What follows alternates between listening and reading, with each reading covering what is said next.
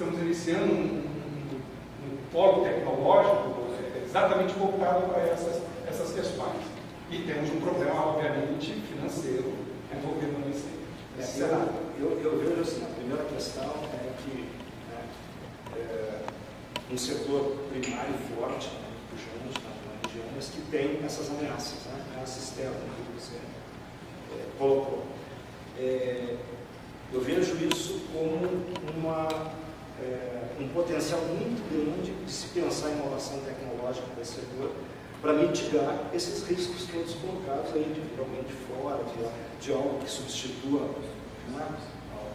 enfim, o soja, e pensar de ser protagonista dessa mudança. O problema maior é não ter a indústria de transformação lá. Para você ter uma ideia, meses atrás, um cônsul australiano que tem a Austrália tem umas características muito próximas do Cerrado Mato Grossense, esteve exatamente para tentar identificar parceiros para levar essas tecnologias de produção para a Austrália. Isso assim, também futuramente pode ser um risco para o nosso negócio. Sem dúvida. Bom, como que a Brafip pode auxiliar? Acho que justamente tentando auxiliar numa aproximação desses diversos atores para repensar estrategicamente como organizar essas demandas tecnológicas que esse setor tem nessa região para que seja protagonista de inovação e não seguidor, porque o seguidor sempre vai correr o risco de ser descartado no futuro, não muito distante. Então, acho que o nosso papel aqui enquanto Brafip, não sei se o Roberto quer acrescentar alguma coisa, é justamente auxiliar na formação dessa secretaria regional, identificando o parceiro certo para fazer essa articulação regional, e com base neste guarda-chuva Brafip institucional, tentar fazer essa aproximação dos diversos atores, criar um grupo temático local que se reúne, que supere essa inércia, essa dificuldade de reunir essas que você coloca aí, para justamente discutir isso dentro de uma visão de futuro, dizendo o seguinte: bom, não dependemos unicamente de recursos do Brasil. Podemos contar aqui com tecnologias, podemos contar com instituições, com empresas de outros países que podem agregar aqui. E se a gente chegar num projeto muito grande, que bom que parte desse projeto possa ser financiado com recurso externo e que o resultado como um todo desse projeto seja apropriado também pelas organizações brasileiras que vierem participar. Pode acrescentar desse software tecnológico. Está começando, já pode ser um parceiro ótimo de vocês, um representante local. Não sei se eu quero complementar, Roberto. É esse questão que eu estou te perguntando. Eu queria só complementar a existência dessa situação. Ela é comum no Brasil inteiro, não é um privilégio do Mato Grosso. Na verdade, nós temos no país diversas cadeias produtivas. Se você pensar aqui no interior de São Paulo, hoje tem participação importante em muitas indústrias de transformação que saíram da capital nos últimos 20 anos e passam pela mesma situação. O que acontece? A gente tem, na verdade, o uso de tecnologia que vem de fora, a gente acaba usando a inovação reproduzida em outros lugares. Então a gente fica... Só para complementar essa sua colocação, nós temos uma empresa americana que é uma cliente nossa, de alta tecnologia para os tratores, as colheitadeiras, voltada para aumento de produtividade.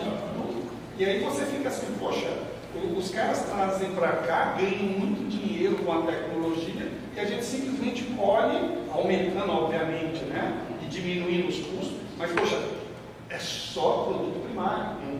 Então como mudar isso? A estratégia das plataformas tecnológicas oportunidades para que você tenha empreendimentos locais que possam participar com outros produtores de tecnologia. Para pegar, por exemplo, o que a gente já teve aí, a história de sucesso da Europa Oriental, certo? Após a queda da cortina de ferro, né, do Império Soviético, você teve a oportunidade de visitar, não sei, a Polônia, a Romênia, estavam, do ponto de vista econômico, num estado pior do que, para dizer hoje em termos de Brasil, que pode ser o sertão do Nordeste, mais empobrecido, né? E com exatamente os mesmos problemas, né? Então, como é que você faz para dar oportunidade para desenvolver isso? Certo? Tem que pegar organizações locais, o fato de você ter o polo de informação, o polo local de tecnologia, é uma ação importante, porque você vai ter que agregar competências locais, tá certo? E a cooperação, através das plataformas tecnológicas, permite o quê? Em vez de você simplesmente ir comprar a tecnologia do americano, do alemão, do inglês, né, você possa, através de um projeto de I+D, participar e compartilhar essa informação. E essa capacitação, ela é de benefício para qualquer empresa. Então, você está no Mato Grosso, em São Paulo, em Guadalajara, ou seja lá onde for, né? O que acontece? Esse processo de transformação, através dessa participação internacional, né? Mas não como simples consumidor, né? Para quê? Para se capacitar, né? A estratégia é projeto. O que é um projeto? Nós vamos juntos desenvolver um determinado objetivo. Nós vamos, sei lá, pegar um produtor, sei lá, polonês de colheitadoras, tá certo? E fazer. Ok, o que vai acontecer? O resultado desse projeto, ele vai gerar uma receita, você vai ter um produto tecnológico que você vai poder vender, mas ao mesmo tempo quem participou está sendo capacitado. Ele vai poder participar de outros projetos, né? O que aconteceu na Europa Oriental ao longo dos anos, né?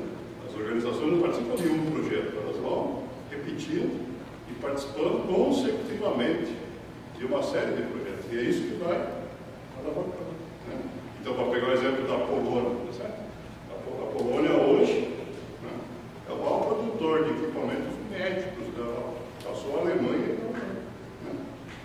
Sendo que é uma partida feita. Como? Desse jeito. Tem um número assim que vocês talvez não possam compreender, mas que me chama muita atenção. Para você ter uma ideia, 43% de toda a produção da Toyota no Brasil, das caminhonetes, são direcionadas para o Mato Grosso. 43%. De todas as caminhonetes da Toyota produzidas. Só Toyota. Só Toyota, né? Só Toyota. E nós não temos nada lá. E aí você pega o Mitsubishi, que está, obviamente, isso tem tudo uma política de Estado, política, mas isso está nos deixando muito preocupados. Né? E vejo com essa iniciativa como juntar esses atores. Né? E se vocês puderem me ajudar nesse sentido, como é que eu deveria caminhar para mudar ou instituir, ou enfim, era algo que realmente seria importante a gente levar para lá. Vamos conversar.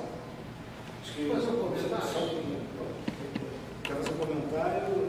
Então vamos deixar o Ricardo fazer um comentário, depois o Eduardo e depois a Patrícia. Fala, Ricardo.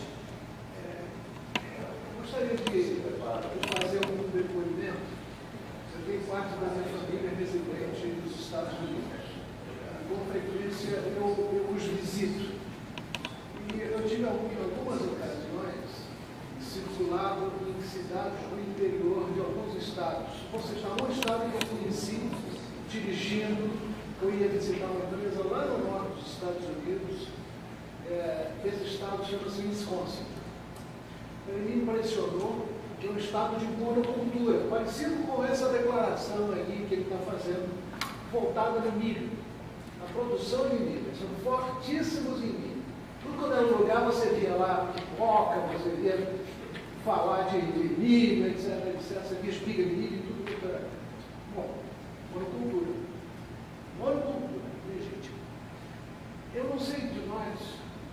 estamos acostumados a conhecer a cultura americana. E eu gostei de ver aqui no teu gráfico que há uma parcela da preocupação no mundo, inclusive da comunidade europeia, com pesquisas básicas. O interessante é que você, ao se referir à pesquisa básica, você chamou a atenção na pesquisa básica em TI.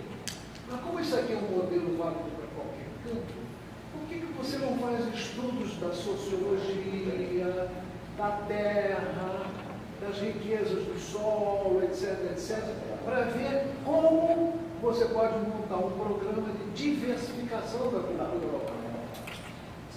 Então, não tenha dúvida que uma Brafic dessa pode ser fonte de incentivo para projetos outros que minimizem, o pessoal prefere dizer, que baixem os riscos que ele levantou com toda a razão. A preocupação dele é válida. Se você só cultiva o grão, a soja e o algodão são os dois. Não é acontecer, não. Eu diria que devemos estressar, no caso de um país que tem uma forte cultura do agronegócio, o Brasil é dependente do agronegócio economicamente, não tem dúvida, ele está coberto de razão, a preocupação dele procede. Por que não estressar essa vertente do programa que você anunciou com muita clareza aqui, de também fazer projetos cooperativos na área básica, na área da cultura sociológica, da cultura geomorfológica, enfim, todas as outras ciências que estão embutidas no processo de desenvolvimento da nação. Não só a TI. Espaço para isso há. Né? Tem que haver. Então, agora, questão de redefinirmos a agenda estratégica de pesquisa. Eu queria fazer uma pergunta, mas não quero nem perguntar assim, uma extensão que eu estou falando, e prometo ficar calado daqui para frente, é a seguinte: eu vou fazer uma pergunta, não quero a resposta completa, eu quero só que você me diga, não, isso faz parte, eu não estou fazendo parte. Eu não vi nenhuma menção aí, dado que você vai fazer projetos, você já propôs projetos colaborativos, um país aqui, um país lá, uma empresa aqui, uma empresa lá. Como é que está sendo proposto a gestão da propriedade intelectual do Brasil? Ok. Existe uma proposição de gestão da propriedade intelectual em projetos cooperados que foi preparada pelo pessoal do CNPq e que nós estamos seguindo dentro desta questão dos projetos cooperativos. Tá? Depois posso te passar um manual de gestão da propriedade intelectual em projetos colaborativos internacionais, inclusive. Agora o Eduardo. Respondeu. Era a propriedade intelectual. Porque no setor elétrico, você tem 0,5% da receita das distribuidoras, elas são destinadas para P&D. Então você tem acesso a esse fundo e provavelmente não tem uma empresa do setor elétrico que vai se negar a participar do programa internacional, principalmente empresas que estão aqui sem as suas sedes na Europa ou em países que são... E a ANEEL permite que esse 5% dessa parte do Não, então, eu acho que quem decide isso, na verdade, é a empresa, não é a ANEEL, apenas ela diz se o programa é ou não de jeito. Mas a questão toda está na questão da propriedade intelectual. E aí poderia estar impedindo a participação disso. Eu encaminho a você também o manual que nós estamos usando a progressão desse momento. Patrícia. Eu sou vivenciando essa situação de mundo que tem nascendo de uma cara de vários anos a partir de uma parceria com um ex-cliente do México, para fazer uma cara espanhola. E a responsabilidade não é só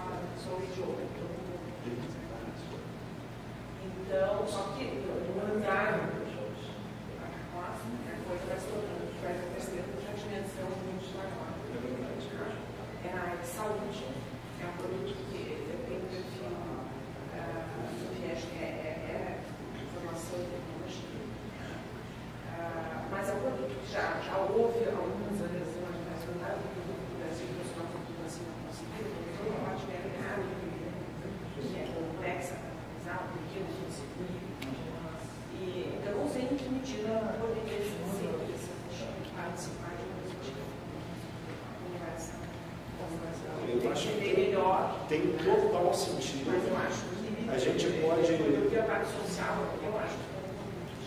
A gente pode começar. São coisas que eles estão no governo que tem que fazer com a Isso. já é muito difícil de fazer, mas que de forma independente não pensando na saúde pública, na saúde pública. Entendi. Eu te convido depois a participar da Netmaking Tool. Você posta esse projeto à medida que você possa abrir as informações. Era a minha segunda pergunta também, como fica a praticar. Sem dúvida. Tem que ser. É caso a caso, mas enfim, tem critérios, tem formas de se resolver isso. Eu, Pedro Cubeiro. Boa tarde a todos. Meu nome é Pedro, trabalho na Agência da Luz Recursos Exteriores, da Espanha. Primeiro, eu gostaria de agradecer pelo convite. Pode aumentar um pouquinho? Sim. Boa tarde. Meu nome é Pedro, sou diretor da Agência da Luz Recursos da Espanha com o Brasil. Estou há 13 anos facilitando negócios em todos os sectores. Gostaria de agradecer o convite e queria primeiro ficar à disposição de todos vocês para o que precisar. Meu trabalho é precisamente fazer essa ponte. Inovação é das poucas áreas na Europa que ainda é financiada, precisa muito financiamento. Achei muito interessante o programa, pelo menos pela facilidade de estruturar a demanda em projetos a nível internacional. A pergunta seria basicamente a disposição total. Eu vou falar com o meu governo, se está involucrado, gostaria muito que estivesse. Acredito que tem muito a ver com o tamanho da empresa, né? Mas eu queria ver também, queria perguntar para a financiamento. Concretar duas coisas. A União Europeia, trabalhei também como consultora da União Europeia, tem grandes programas, com grandes orçamentos, provavelmente com o nome de pensadores clássicos, né? Aristóteles, tal. Muito bonito. Parabéns. Mas muitas vezes esses projetos têm um timing, afinal estamos falando de empresas, falando de lucro. Então, o que acontece é que esses grandes programas demoram muito tempo. Não sei se vocês trabalham com projetos internacionais, mas você conversar com uma pessoa que está 6 horas de diferença, só 6 horas é difícil. A tecnologia ajudou e tal. Mas eu queria ver basicamente se, porque muitas vezes você trabalha, mas você não vê a progressão. Né? Aqui tem carnaval, tem verão em agosto, então não é fácil. Então a pergunta é a seguinte, e minha preocupação é do ponto de vista da agilidade operacional. Existem projetos, eu sei que a União Europeia tem uns limites, então se você tem um projeto por debaixo de 350 milhões, um tipo de procedimento, um tipo de aproximação, de procedimento, de garantias, de tudo. Ou se não existe. Então, na minha experiência, os projetos estavam baixo o programa Framework Contract, foram muito mais ágeis, porque eram muitos projetos, precisavam de poucos interlocutores, não existia a dependência que fossem europeus, 3 deles. Eu acho que isso pode ser porque a realidade do Brasil é muito particular. Os europeus muitas vezes não entendem a realidade brasileira pelo tamanho. E dificilmente, se não entendem, dificilmente acredito que seja difícil entender uma solução tecnológica para um problema concreto que foi criado aqui, que nasceu aqui, não ali. Entendeu? Então, minha pergunta basicamente é se existem essas limites de financiação, porque isso acredito que pode ajudar muito até para a FINEP organizar os projetos. E outra coisa que é diretamente vinculado a isso, se quem financia aqui, quem financia lá, está conversando. Porque se o técnico conversa, mas na hora de estruturar o Project Finance, se existe essa comunicação, que eu acho muito importante a hora de dar um pouquinho no projeto, ou não. No caso dos acordos bilaterais, certamente essa comunicação entre as agências financiadoras é direto, né? Ou seja, o projeto é aprovado aqui e lá. E isso é um Se for aprovado aqui, mas não lá, não é apoiado. Né? Ou seja, tem que haver aprovação nos dois países, no caso dos projetos das cooperações bilaterais. O caso do EU-Brasil, que eu mostrei para vocês, a cooperação Brasil-União Europeia, Comunidade Europeia, também existe essa interlocução.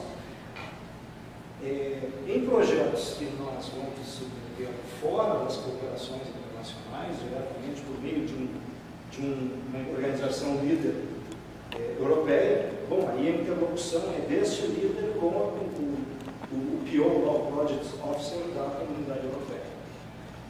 Então, a interlocução funciona assim. Limite de financiamento, limites de financiamento existem sim, tá? De acordo, eu disse que se você fizer lá, no caso do Horizonte 2020, se você fizer Open Calls H2020, você vai ver lá que tem 50 editais abertos e cada um deles diz qual é o máximo de limite por cada projeto. Uma pergunta diferente à escrita do projeto. Neste projeto, existe uma condição mínima no que diz respeito aos envolvidos nesse projeto? Explicando melhor, há necessidade de que tenha uma universidade aqui, uma universidade lá, mais uma empresa de lá, uma empresa daqui, tem um conjunto, ou pode ser simplesmente uma universidade lá, uma empresa aqui? É totalmente livre o formato. É natural que existam universidades, né, que sejam europeias e brasileiras, é natural, mas não obrigatório. Ou seja, se for só um grupo de 20 micro, pequenas, médias empresas, não há problema. Então, não tem limitação de ser com fins lucrativos ou sem fins lucrativos, todos podem participar, público, privado. E o teor da inovação, ela puxa para ser uma inovação mais disruptiva, pode ser uma inovação incremental, pode ser uma inovação, por exemplo, no modelo de negócio, Não, são inovações mais... esses projetos, como eu disse, têm um ticket médio bastante elevado. Tá? Eu não vi nenhum projeto de menos de 4, 5 milhões de euros, projetos pequenos. Tá? Então, não está se falando de algo realmente inovador, uma nova forma de fazer cirurgia no crânio menos invasiva, ou sei lá, um novo material que vai facilitar a fusão do osso depois de cortar, pensando na área da saúde, por exemplo. Né? E aí você vai reunir lá um grande hospital que tem um pesquisador, uma universidade, e o cara que faz a cola do osso, e o cara que vai, entendeu, desenvolver uma broca, eventualmente, para furar e entrar com o cara da fibra ótica que vai entrar lá, entendeu? Vai chegar lá na célula que vai ser cortada.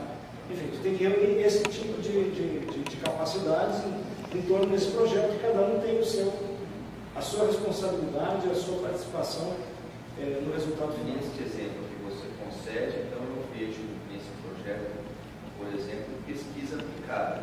Direto. Pesquisa aplicada direto, é isso aí. Não é apenas pesquisa. Industry Academy Driven.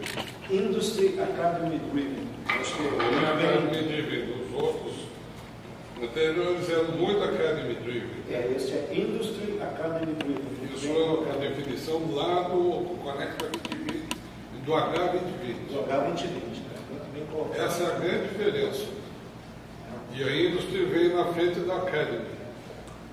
O dinheiro que existia sempre até hoje, né, ele era muito orientado para a Academy. Né? Bom, eu queria fazer só um comentário em torno disso.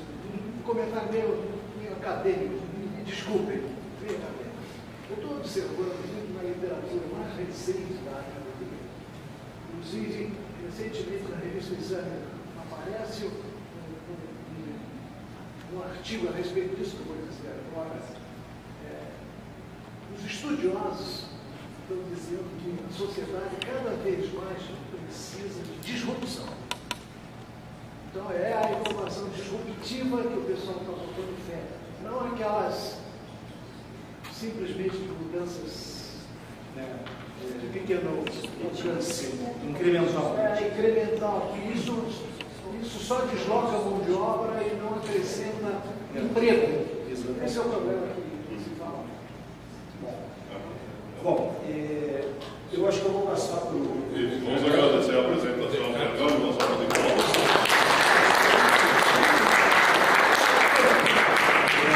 Parabéns por ter sobrevivido à sabatina de perguntas, né?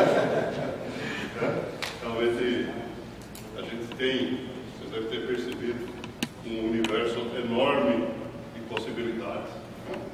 Requer muito trabalho, certamente, por parte de todos os atores envolvidos, mas a gente está hoje dando aí, só no começo, né, o primeiro passo aí para construir a formalidade desse processo. Então, na continuidade aqui, nós vamos passar a palavra aos representantes das entidades que já se dispuseram a trabalhar com plataformas tecnológicas regionais, né? Vamos passar a palavra primeiro ao Marcos, né? Que é o Softex do Recife, e depois ao Edivar do Campinas. Boa tarde, gente. Eu sou diretor de TI, Tecnologia da Informação e Inovação do Softex Recife.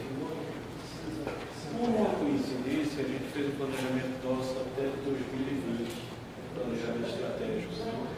E uma das coisas que ficou lá era que a gente tinha a necessidade de ter uma plataforma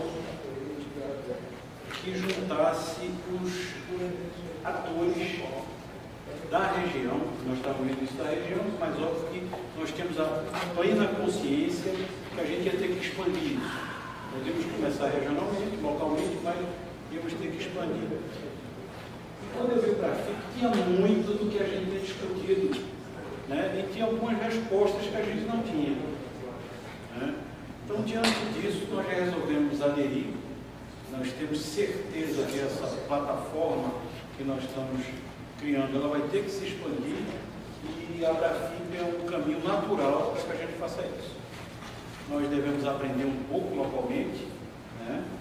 E depois disso partir para algo maior. E é por isso que essa é uma das motivações mais fortes que a gente tem. A gente já vem conversando há algum tempo, e como por coincidência aconteceu isso, naturalmente nós resolvemos aderir à Abrafip. Nós estamos em Recife, óbvio, na região Nordeste, e temos uma certa capilaridade na região. Nós atuamos em alguns estados. A maioria dos estados do Nordeste a gente tem atuação direta. E do Piauí, vamos dizer, até a Bahia.